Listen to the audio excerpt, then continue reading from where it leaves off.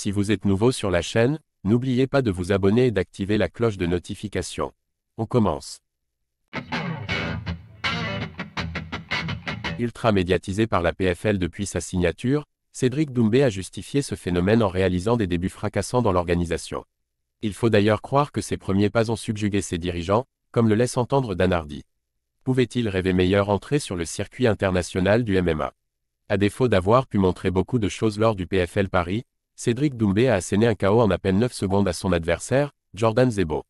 Une victoire aussi expéditive qu'impressionnante pour son premier combat dans la fédération et dont les images ont fait le tour du monde.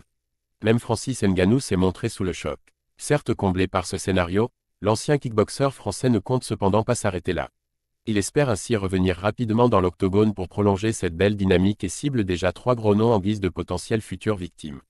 Reste à savoir si ces plans correspondent à ceux de ses dirigeants le concernant. Quoi qu'il en soit, ces derniers ne tarissent logiquement pas d'éloges à son sujet. Dan Hardy voit grand pour Cédric Doumbé à la PFL. Récemment invité sur les ondes de Sirius, le directeur exécutif de la PFL Europe, Dan Hardy, s'est dans un premier temps fendu de magnifiques comparaisons pour Doumbé. Dans l'histoire du MMA, certains bons kickboxeurs ont rencontré un franc succès en effectuant cette transition, comme Mark Hunt ou Mirko Cro Cop. La victoire de Cro Cop contre Mark Coleman a montré comment réussir en tant que kickboxer dans un combat de MMA. Il s'est montré impérial au niveau de la défense des takedowns et létal en matière de striking.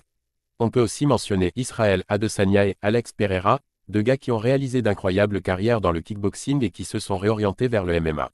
Bien sûr, ils ont rencontré quelques difficultés au début, comme on s'y attend avec Cédric lorsqu'il grimpera dans les rankings.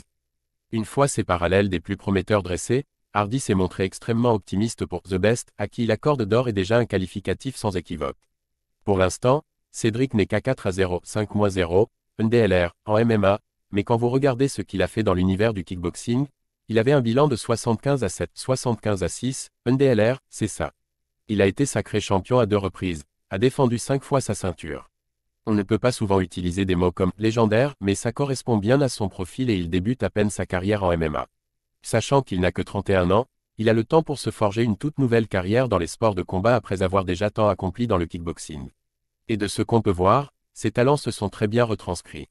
En un peu moins de 10 secondes dans la cage, Cédric Doumbé semble déjà avoir conquis ses supérieurs à la PFL.